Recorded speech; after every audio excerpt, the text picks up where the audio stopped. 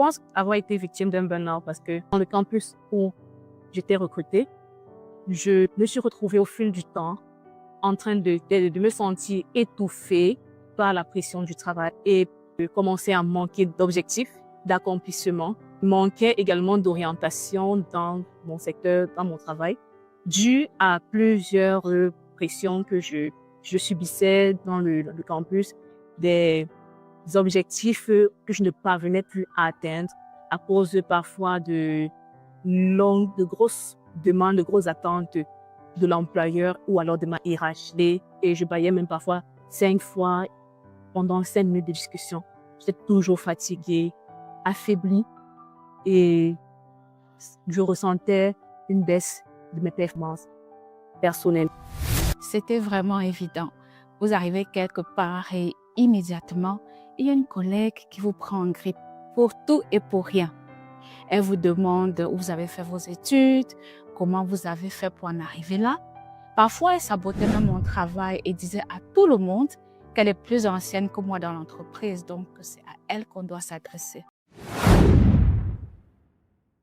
J'étais dans un campus de formation où j'étais chargée de dispenser des cours à de futurs confrères, à des proposants kinésithérapeutes. En prenant contact, dans mes débuts, lors de mes entretiens, je me suis retrouvée dos au mur par les règles du campus qui m'imposaient de voyager.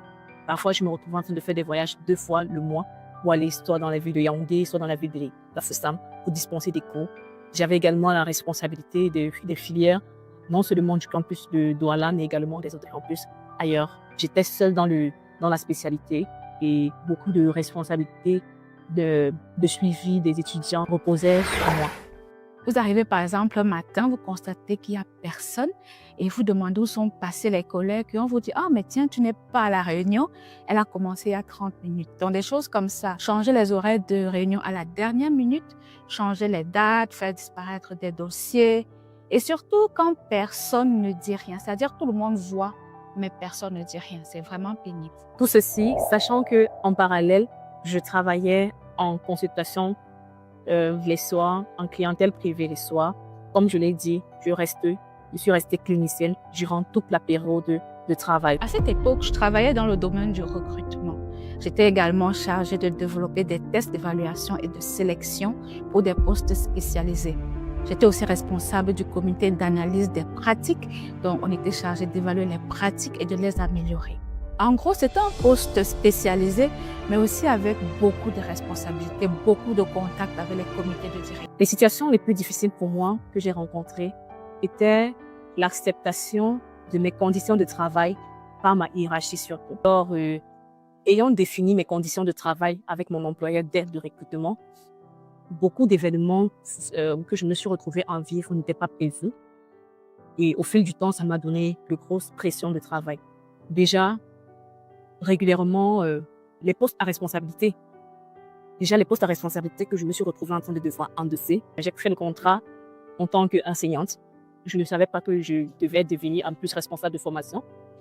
Par la suite, je me retrouve en train de gérer non seulement les étudiants de différents niveaux dans le campus, mais également de devoir piloter des campus ailleurs.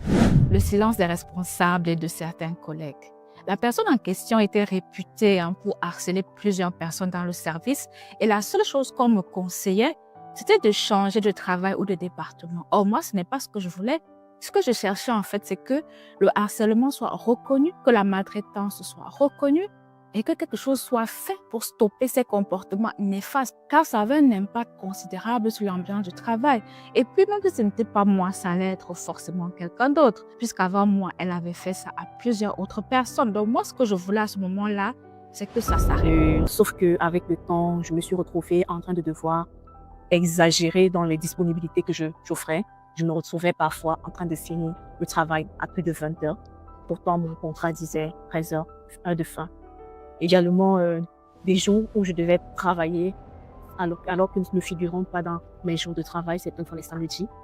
Des réunions que l'on organisait à des heures où je n'étais pas tenue d'être, des réunions de routine au-delà de 13 heures, 15 heures, parfois plus, et pour lesquelles pour lesquels j'avais des difficultés à communiquer ou à rappeler mes indisponibilités et il n'y avait personne qui voulait réellement accepter le fait que je ne pouvais pas être toujours disponible pour cela, même quand j'essayais de leur rappeler que j'avais des obligations en patientèle, en clientèle privée et je ne pouvais parfois pas me faire remplacer. Parfois, je ne pouvais pas me faire remplacer et c'était parfois mal pris, mes absences qui étaient considérées comme du mépris. C'était un conflit avec des collègues du fait de l'aération de mon programme, de mes disponibilités de mon programme au campus, m'amenait à avoir comme des interactions avec d'autres où il semblerait que je devais me présenter, être disponible autant que dans le campus.